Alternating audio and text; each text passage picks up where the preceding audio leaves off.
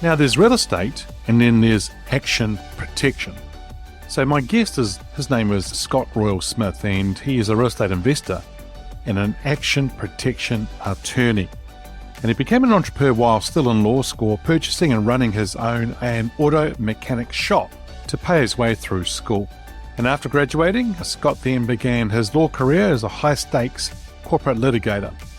He spent the last 10 years of his career analysing real estate investment and asset protection.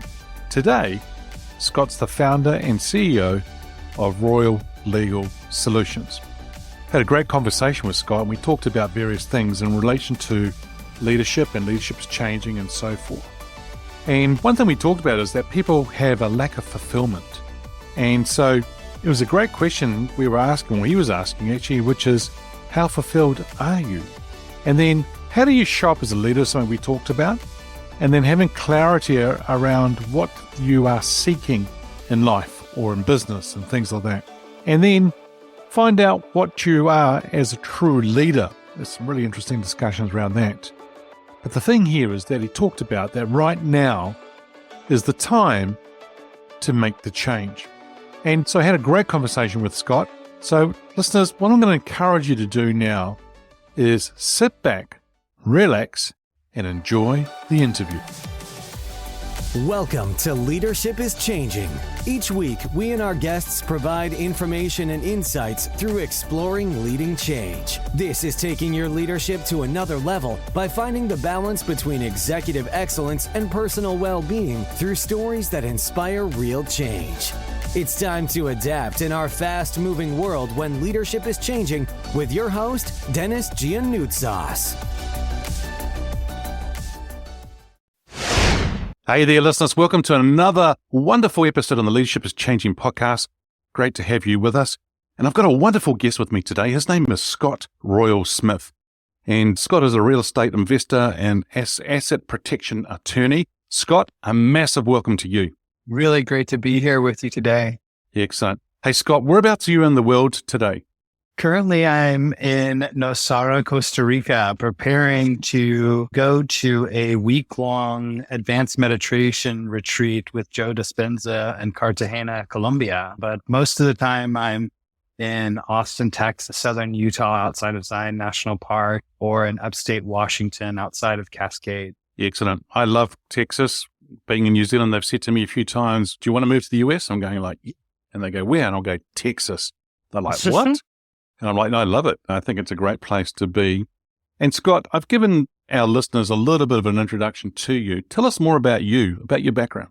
Yes, well, my story is one of really a lifetime of hard work in many ways. I was raised in a family that was a very rule-based family, and I'm not actually a very rule-based kind of person. I really believe in, now what I come to find out, is living from a place of what's organic and what's true. And what that led me to, was like many people, was living a life where things never quite felt right, that they always felt like I had a lot of judgment, depression, anxiety, trying to prove to myself and others that I was worthy by going to get good grades and making money and doing all of the things that I thought I was supposed to do. And after I had checked all of the boxes of what a good life was supposed to be, I still found myself in tremendous amounts of pain and not being able to really find out, and searching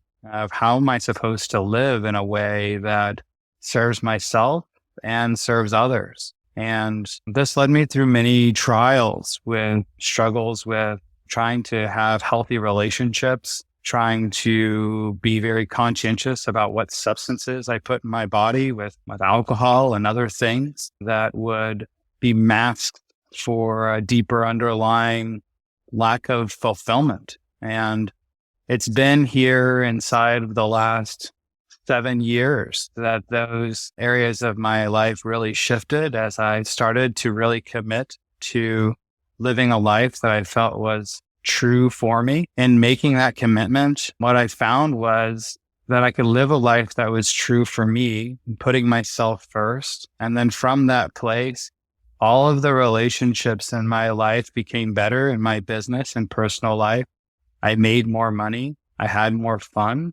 And all of those shadow areas of my life really became to still just have their place, but I was able to navigate with those. And so now I live a life that's full of peace and compassion, love, joy, amazing experiences, while actually being involved in a process of business where I get to help inspire other than my company and customers to be able to live that kind of life. Hopefully continue to move in a way through the world that feels organic to me and service to myself and others, and creating amazing businesses.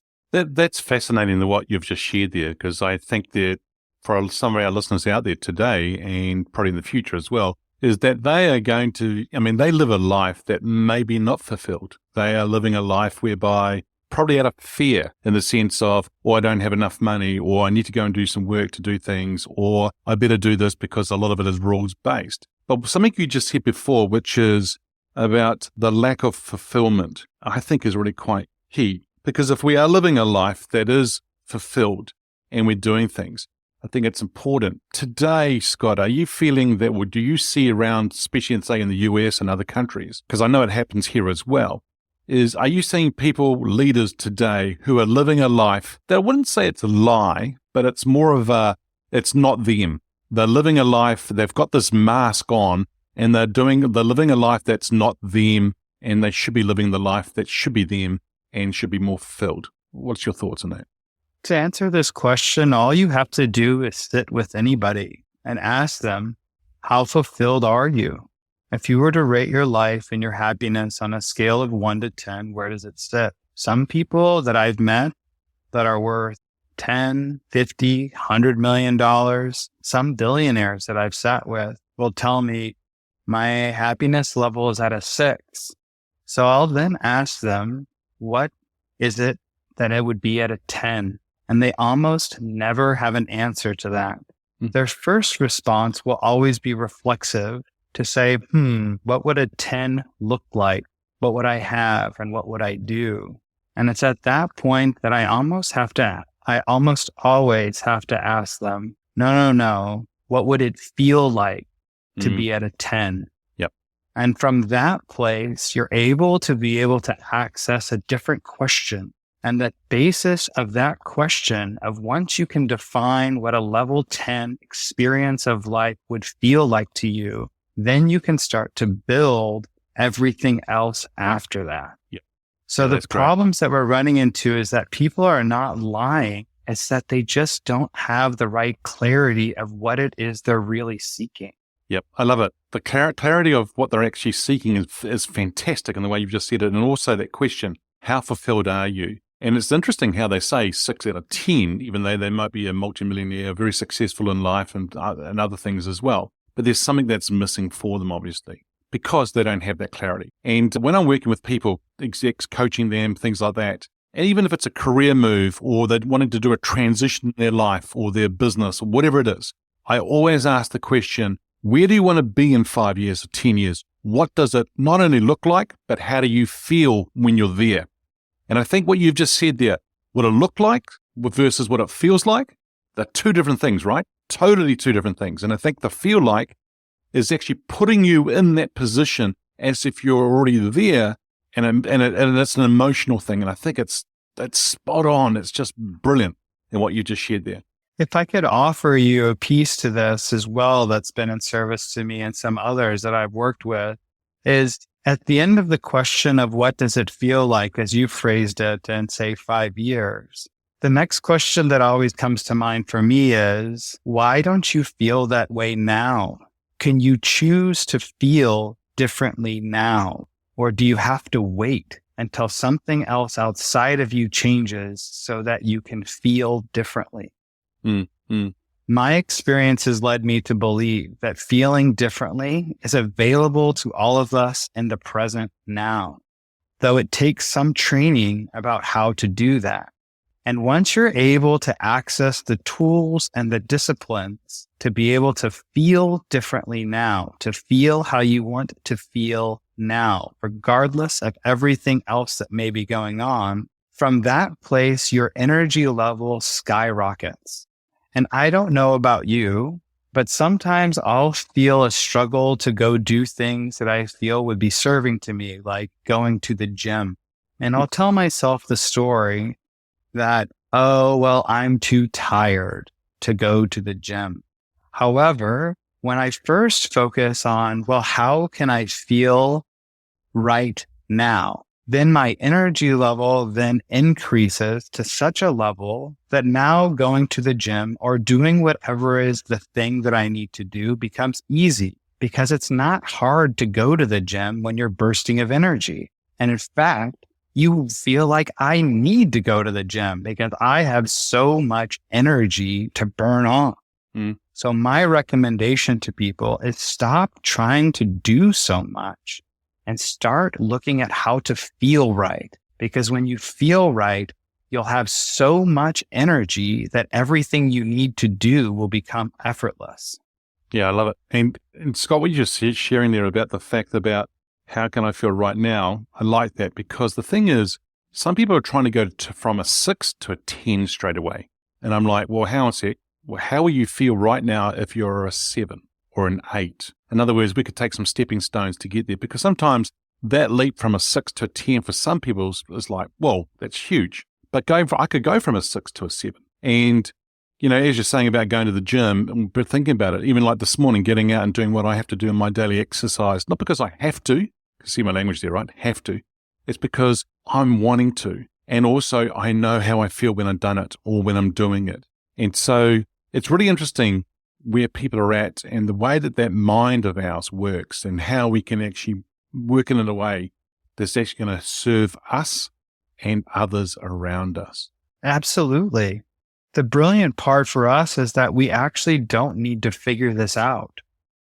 It's that people have been answering this question for hundreds, if not thousands of years. The problem is that those teachings and practices aren't part of our culture and they're not supported by the mainstream. Yep. So if you want a life that's unlike anybody else's and that's exceptionally amazing, you must look to the places that the other people aren't looking. And so I would encourage everybody to start looking at what is the ancient wisdom from the science that's been developed by the human experience that's so powerful and so true that people have been passing it down for thousands of years. Scott, my background is, my dad is from Greece. And so there's a lot of kind of teaching from the Greek side of things as well as we talk about things. You know how you've been talking about some of these questions that, you know, we could ask people, and they're brilliant questions, and I love them because they're more open-ended questions and get people to really think about things. Do you feel that people are open, or some people are maybe a little bit afraid of the answer, and that's why maybe they don't want to ask themselves that question? Of course. Anytime you're asking yourself to change, you'll butt up against fears because you don't really want to change.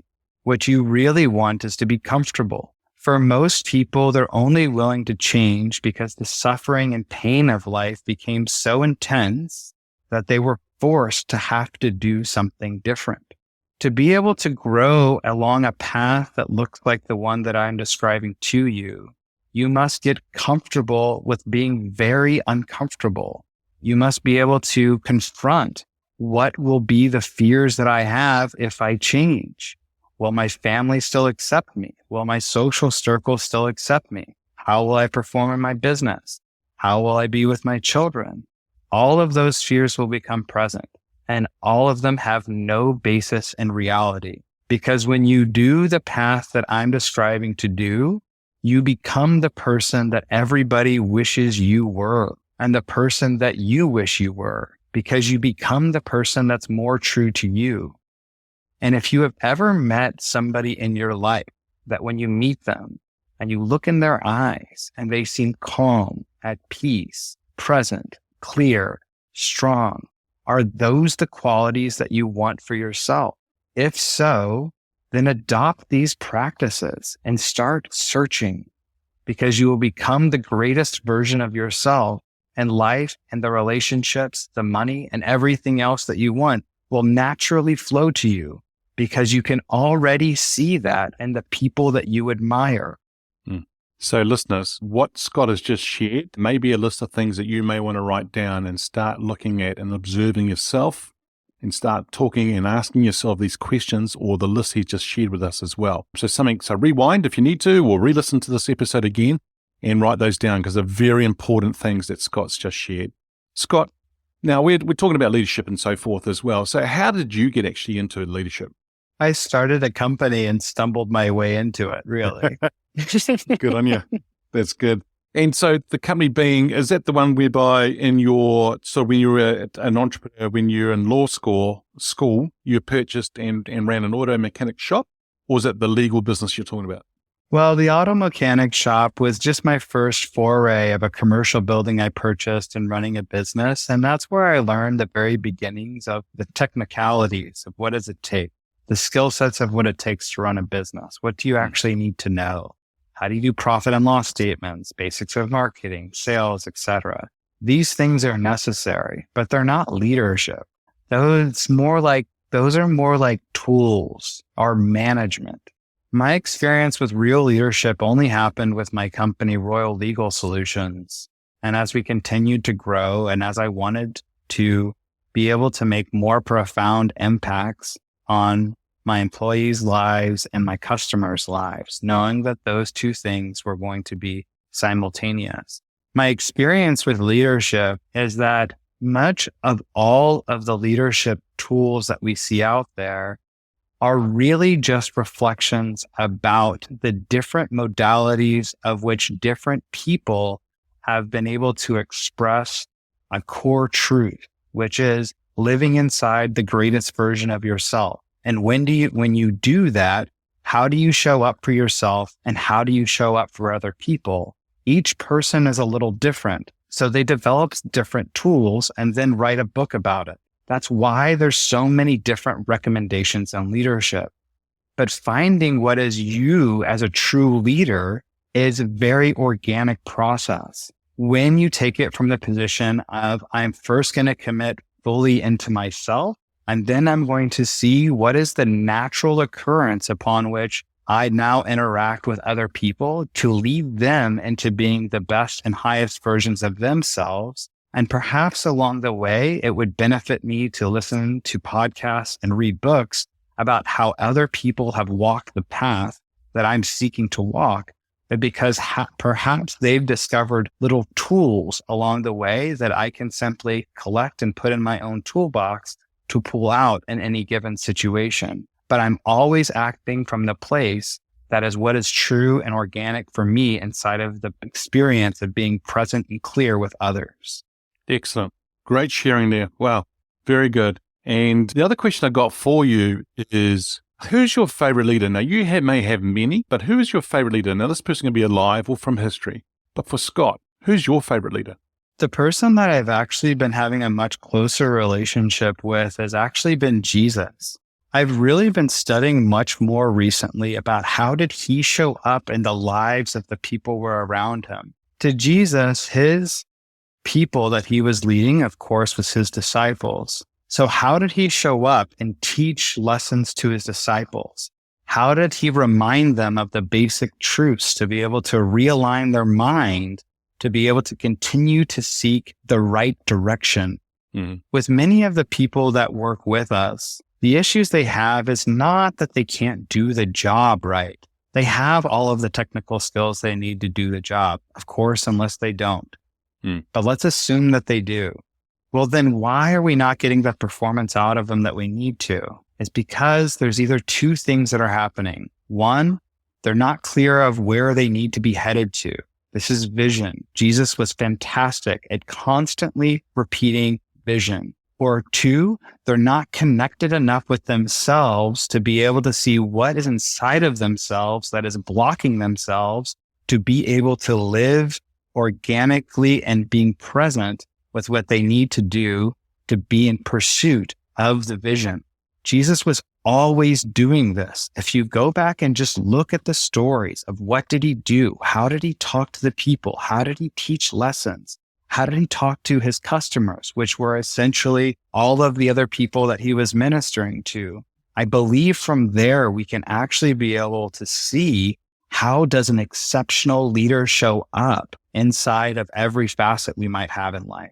And the fact that he was using stories and other things to help people through that and understand and learn from it, that was really, really quite cool. And I think I like what you're saying about the two different areas as well, right? So it's not clear where they're heading. So that's the vision side. And you're right, definitely talked about the vision a lot. And the other one was not connected to themselves, being present and understanding that pursuit of where you're wanting to go and so forth. That is what I call being more deliberate, understanding more and getting out there and doing things. Scott, if you and Jesus were sitting on a park bench somewhere, having a chat, what would be one question that Scott might want to ask him?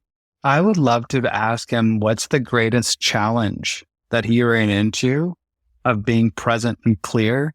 And what did he do to be able to come back to that place? So that way he could be fully connected. I know that might be a little different for most people's connection to Jesus and to that. But for me, that is the greatest question and the one I'm always most curious about with any great spiritual leaders that have ever existed. Well, I think it's a really good point that you've made there, in the sense that I think that a lot of leaders today get overwhelmed, or there's always the stress, there's always these deadlines, there's always these things, and there's this new thing, it's been out for the last 10 years or so, called a phone, that is the smartphone, and we're actually very much being occupied by that, and we're not being present truly in where we need to be. So being fully connected and being present is a huge thing that a lot of people need to understand. And I did a speaking gig prior to Christmas with an organization. We talked about wellness and the importance of unplugging from their phones and their computers and from work over the Christmas New Year period. So in this part of the world, we're into summer holidays, right? Summer vacation. That it was really important for people to be unplugged in that side of their lives, but plugged in the other areas of their lives, to be present with their family, their friends, and themselves. And I think that's what you just shared there, is just a beautiful way of actually saying it. And yeah, it's really, really good. If I could share with you one point into this that comes to mind, it would be that we must ask ourselves, why? Why am I so into my phone? Is it really true that I need to be that responsive? What is so urgent that I need to be able to prioritize that over my own well-being, of being able to be present and to being able to be clear and to be able to think? Is it really true that what's happening is that urgent? If it is, then you need to be on your phone. If it's not, then with love and respect, I have to ask you, is the phone an addiction? Is it an excuse to be able to remove yourself from the present because you're uncomfortable just being? Yep. Brilliant. Just being. There you go, listeners. Just being there. Present with yourself, thinking, doing whatever you need to do, meditation, so forth. Really, really cool. Scott, I would love that. That's really good. Now, Scott, the show is called Leadership is Changing. When I say that title or that statement, what does that mean for you? I believe what I'm describing in my own experience and with the entrepreneurs that I've been meeting around the world that are secretly exploring this path is the way that leadership is changing. In fact, I believe it will be the way the world is changing. I think that the technology that we've developed has been used for the basest of desires that we have as human beings. And the great revolution that we're all looking for will happen whenever that flips. And the technology is then used to be able to help facilitate all of us to live the kind of life and be the kind of people that I'm describing. Whereas us as leaders, to be able to thrive and to be able to stand out as the leader that's 10x, 100x, or 1,000x more powerful, will be the leaders that are able to be so clear with themselves and to inspire that clarity in others, to open up the energetic space and the thought space to be able to create at a deeper, more focused level. will be the people that will rise to the top. Right now is the time to make the change. If you want to be in the top levels of leadership and you want to be one of the true standout people, I highly, highly encourage you to have the courage that it takes to do something radically different, radically uncomfortable, and step into your power as a person and whatever all of that means. People have already been doing this for thousands of years, but it's just a few.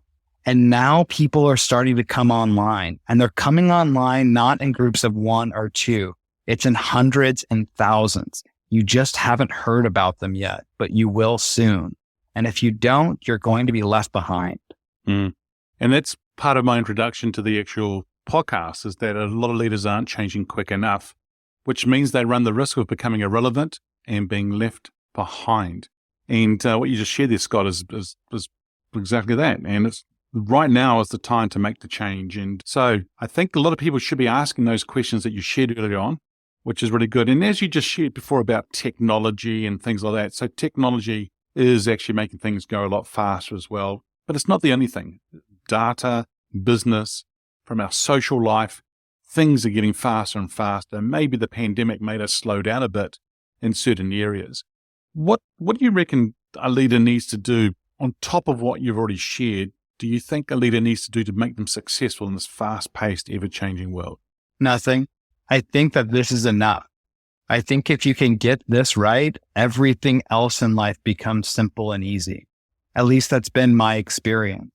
After really stepping into living from this place, everything in life became easier. All of my meetings became easier. The clarity of how I wanted to craft my marketing and sales became easier. I found I didn't have to work nearly as hard to have drastically more impact. I found my relationships became organic and easy, that when people interacted with me, they left feeling energized and connected to me, which meant that they had energy to go back out there and work for me to help me build my vision, and that they felt connected to me, that they were loyal. What else do we need? Yep. Brilliant. I love it. Because you're right. We do need just to do some of those things, which might sound simple, but we do need to work at them. But then the other thing is, they're simple, but not easy. They require work, and they require you to step into places that you might be afraid to. But there's nothing to be afraid of. You just have to lean into the uncomfortability and grab a hold of somebody who you can trust that's already walking the path, and be able to just follow some simple, basic lessons. Excellent. Scott, we've been talking about leadership through that lens. If we were to change lenses now and start thinking it from an employee's perspective, how has employee expectations of leaders changed? Employees are looking for somebody to give them guidance, not just about how to do the work. That's a manager. They're looking for a way for somebody to teach them how to live. If you look at what's happening inside of the younger generation entering the workforce, people are always curious about, well, why are they so disengaged? It's because the environment we're asking these people to come into is so toxic to who they are as people that they would rather stay outside of it. And I think rightly so. They're not programmed in the way that we were to just simply put our heads down and suffer through life. So I believe that the way in which we will get the most out of employees and have loyalty to engage these people, to create workplaces that serve us as human beings, not just on a financial and basic material needs, but us as just a greater way in which to live, is by accessing these principles, and that leaders that will live this work for themselves and talk to their people about it will be the ones that are giving the employees and their life, the people that are their followers, essentially, what they need to live a better life. And from that place, I think that we can transform our companies to be much more profitable. We can transform our whole society if we can get enough people on this path together. Great. Now, Scott, you said earlier on that the world, leadership changing and so forth, but the world's changing.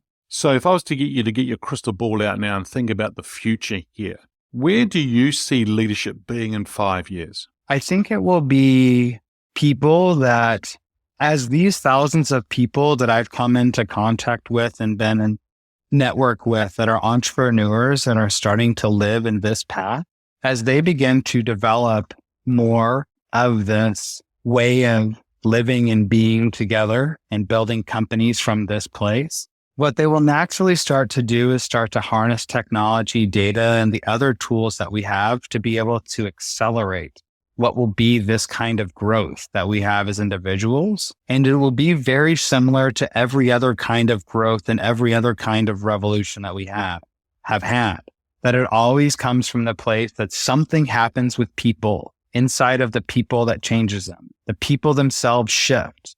Then technology takes that and then accelerates it. Excellent. Oh, wow. That is really cool. Hey, Scott, it's been a real pleasure talking with you today. Thank you for joining us. Hey, if our listeners are wanting to get hold of you, where should they go? Yes, I believe the best place for anybody to reach me about these topics in particular would just be simply to email me at Scott, SCOTT, at royallegalsolutions.com. And I'd be happy to start a conversation about these principles. I don't have anything to sell anybody here. It is really just my passion in life and my joy to be able to share with you and everyone my experience and what that's meant for me and how to help me live at a level 10 life.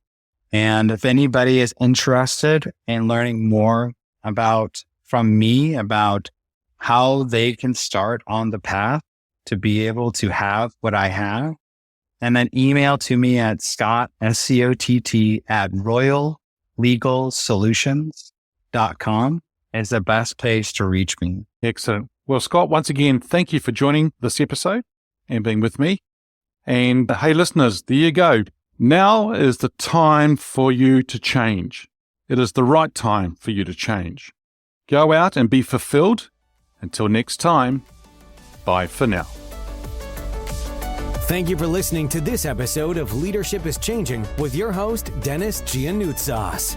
Each week, we and our guests provide information and insights through exploring leading change, inspiring executives and leaders to adapt and lead a bigger game in a fast-moving world.